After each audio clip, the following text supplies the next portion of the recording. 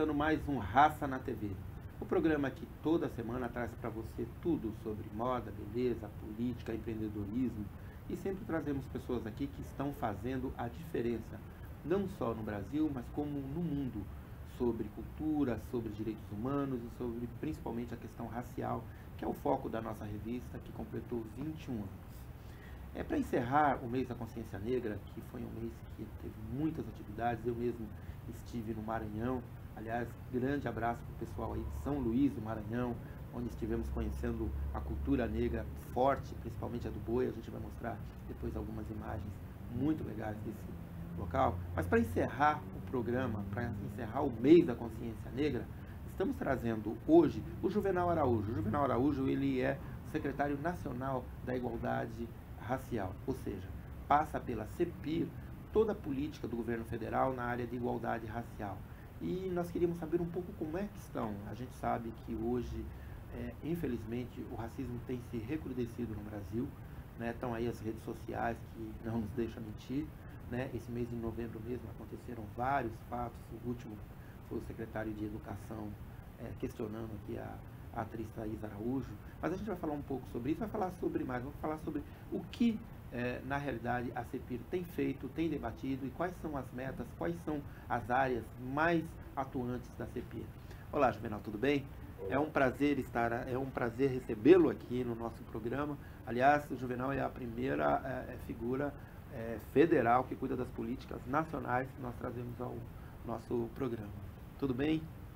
Obrigado. Eu que agradeço de estar aqui com você, né? Nós nos encontramos em Brasília, em meu gabinete, e estou muito feliz, né, de ter mais uma vez aqui, estar em São Paulo e desta vez aqui no seu estúdio.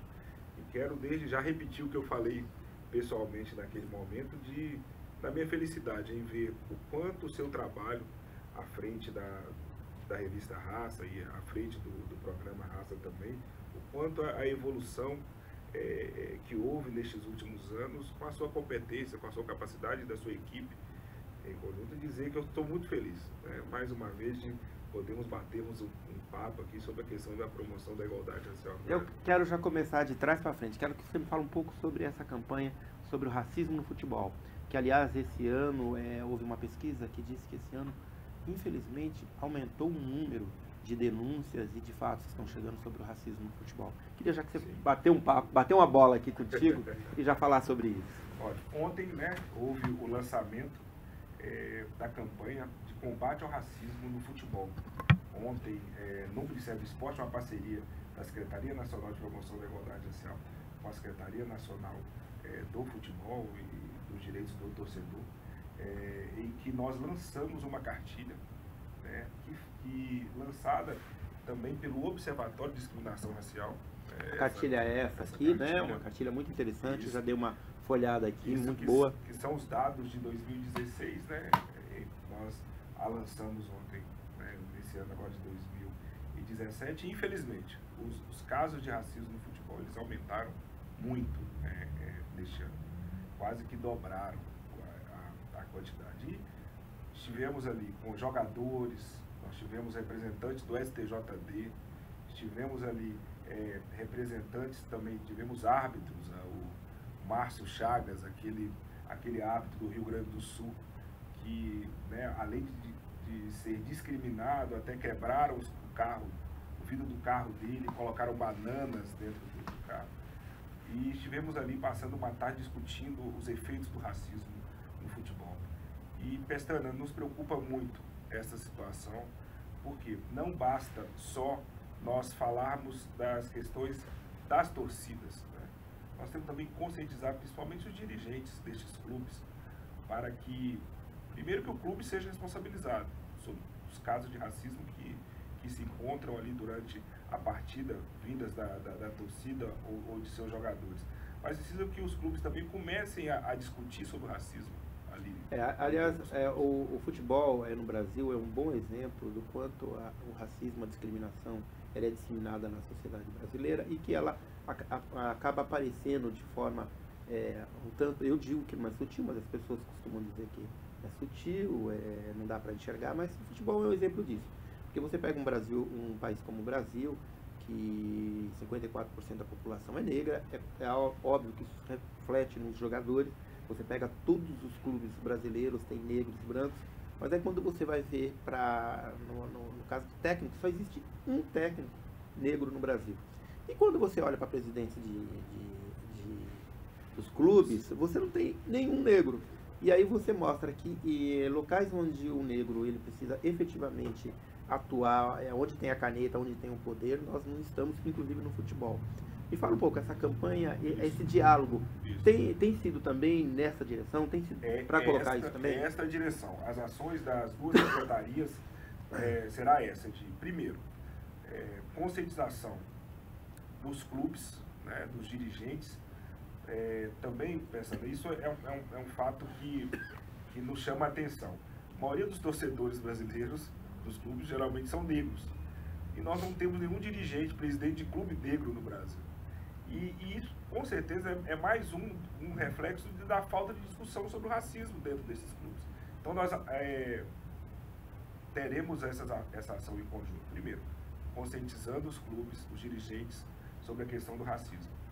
Faremos uma campanha de conscientização com as torcidas organizadas e não organizadas sobre a questão do racismo, que é racismo, que é injúria racial. E também com os árbitros. Porque nós entendemos que se o árbitro ali, durante a partida, ao observar um caso de racismo, e ele não anota na súmula, não tem como realmente nós trabalharmos para coibir isso e punir a pessoa que praticou o racismo. E junto ao STJD para que nós possamos ter penas duras, né? Nós precisamos termos penas que refletem o crime que é o racismo no futebol. Então, mas como resultado do lançamento ontem da cartilha sobre esse relatório, nós vamos fazer uma campanha nacional e criar um grupo interministerial entre o Ministério dos Direitos Humanos, o Ministério do Esporte, em que nós vamos trabalhar uma campanha de conscientização em todos esses pontos que eu citei. Iremos lançar essa campanha, quero falar aqui de primeira mão, no dia 3 de dezembro, que é o último jogo do Corinthians, lá em Recife. Que legal. Então nós vamos lançar essa campanha lá em Recife, né, com realmente o slogan da campanha, e os últimos jogos agora todos terão, todos os jogadores, a torcida, vão encampar esta campanha para que realmente possamos mostrar e realmente chamar a todos para que reflitam sobre a questão do racismo no Brasil e que saibam que o racismo é crime, ele tem que ser denunciado e ele tem que ser punido. Legal. Aliás, Corinthians, esse que nós usamos como tema, assim que o Corinthians foi campeão. Aliás, a semana que o Corinthians, que antecedeu o último jogo, o Corinthians se tornou campeão, o jogador que tinha feito 1-0 no Corinthians era um jogador negro e foi no afã de toda aquela discussão de coisa de preto. Aí a gente colocou na raça, fazendo uma brincadeira, e falou, olha, coisa de preto. E depois o Jô fez gol, coisa de preto, né?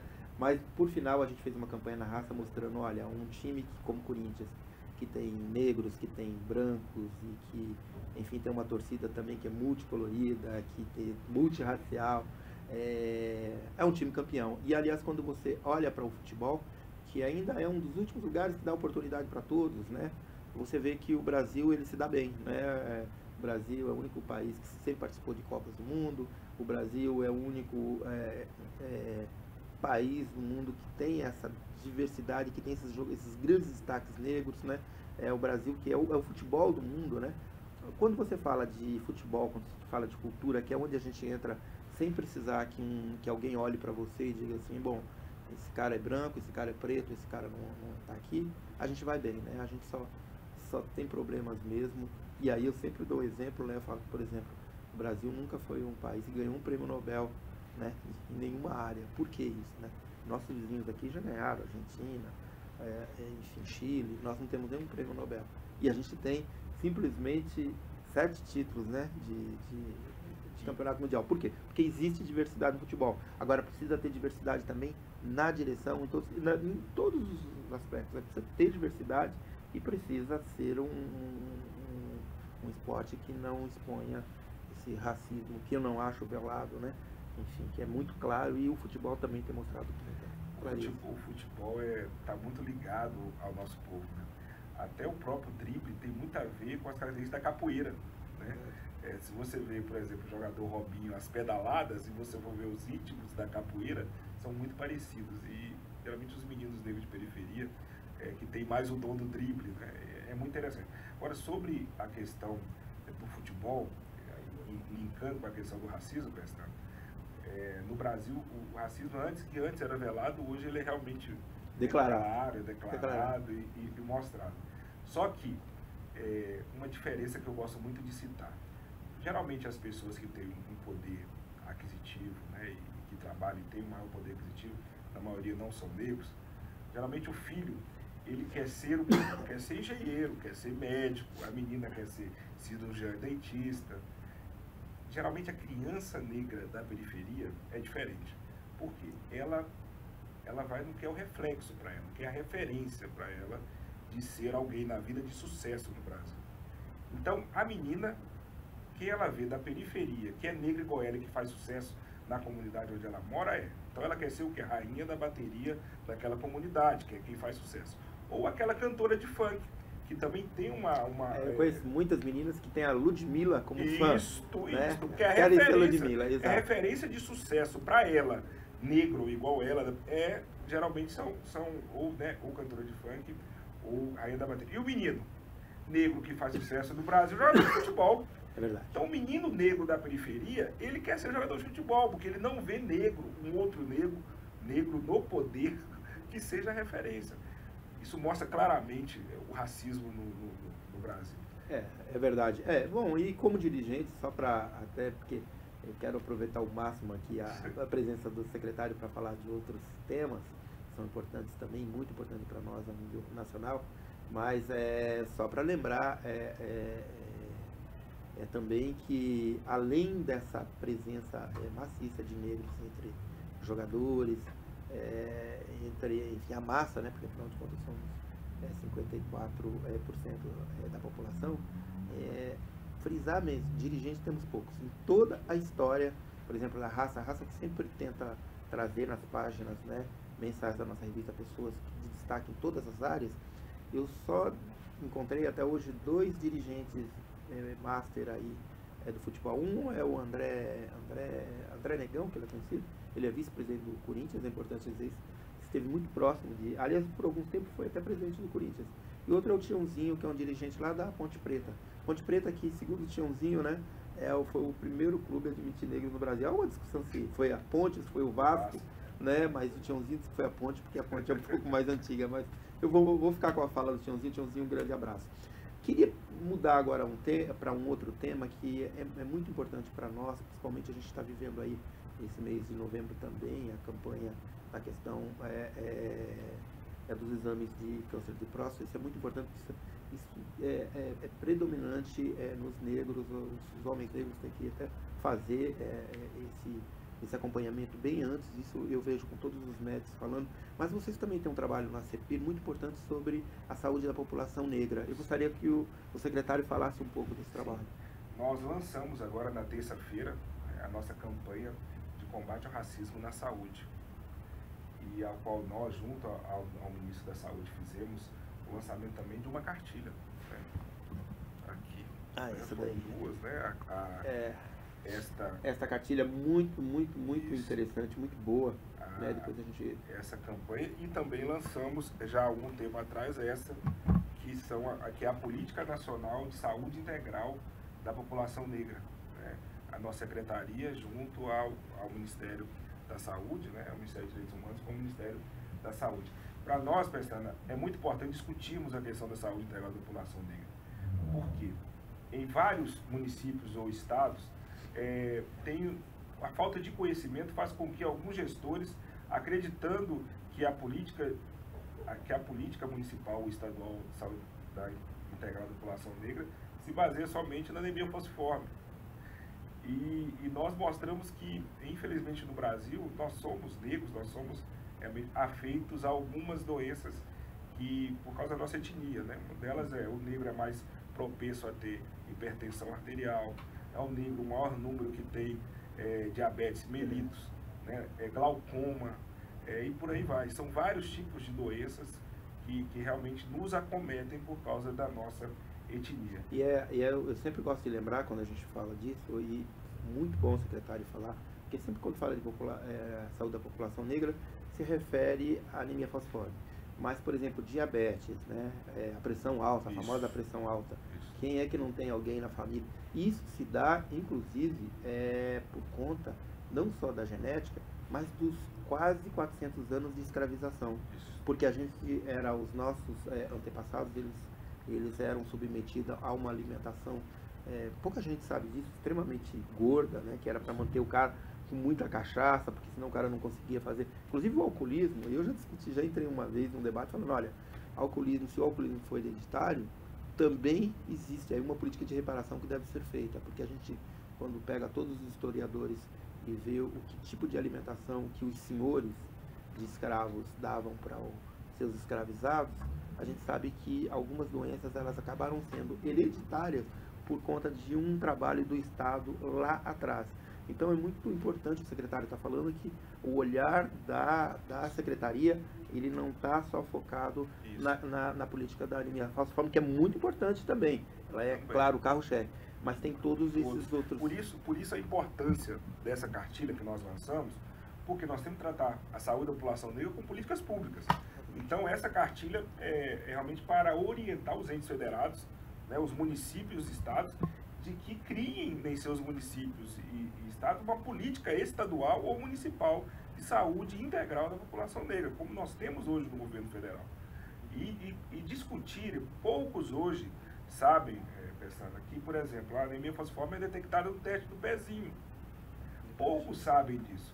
E uma luta nossa é para que o tratamento também da anemia falciforme, ele possa ser contemplado pelo SUS também, né? E que hoje nós estamos nessa luta para que seja custeado. Enfim, a questão da saúde integral da população negra, ela tem que ser colocada realmente como prioridade na gestão dos entes federados. E o intuito desta campanha é de combate ao racismo na saúde e pelas políticas públicas da saúde integral da população negra.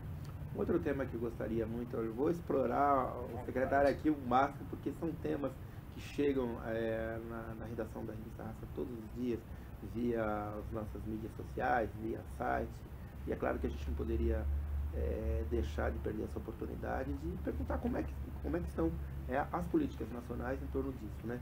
Mas hoje uma das coisas, um dos temas que mais nos chega, uma das reivindicações, uma das, enfim, das críticas e da revolta do povo em torno desse tema é grande, porque é muito atual, que é a intolerância religiosa. A intolerância religiosa é essa que tem feito, infelizmente, algumas vítimas, inclusive letal, né? Que a gente já tem casos de pessoas, mães de santos que morreram do coração por conta da pressão, submetida aos seus templos, né? E a gente sabe também que há uma violação dos direitos, inclusive, das pessoas proferirem a sua religião muito grande no Brasil, sobretudo hoje as religiões de matriz africana. Eu queria que o secretário falasse um pouco o que a CEPIR tem feito nesse sentido. Sim, esse é um ótimo tema, bem atual, do quão nós vemos hoje na televisão a intolerância religiosa. Nós vemos esses casos agora no Rio de Janeiro, em Nova Iguaçu, por exemplo, ao qual algumas pessoas do crime, né, que expulsaram sacerdotes, sacerdotisas de religiões de matriz africana, alegando que eles seriam de uma religião do demônio, demonizado. Isso reflete muito o racismo no Brasil, né? Esse racismo religioso praticado. Estive no Rio de Janeiro, no Ministério Público, estive também na Secretaria de Segurança Pública, estive na Secretaria de Direitos Humanos, para até cobrar realmente das autoridades que nós tenhamos um mecanismo efetivo e permanente, pensando. Não queremos algo pontual só sobre esses casos, porque a intolerância religiosa, não só no Rio de Janeiro, mas no país, ele é diário e cotidiano. Para você ter uma ideia, nós temos hoje a Lei 10.639, né, que você conhece bem, que obriga, né, as escolas a lecionarem sobre história da África, história afro-brasileira, que não é cumprida no Brasil por causa da intolerância religiosa. Porque alguns professores que professam uma outra fé se negam a cumprir a lei. Né? Então a nossa ação da CEPIR é E hoje nós estamos monitorando a Lei 10.639, fazendo com que nós não queremos mais que a lei seja implantada. A lei já existe. Nós estamos cobrando o cumprimento dela. E nesse monitoramento nós estamos buscando boas práticas, para que essas boas práticas detectadas sirvam realmente de exemplo de uma forma universal no país. A questão da intolerância religiosa, você pode analisar nos casos, nunca parte das religiões de matriz africana. É verdade.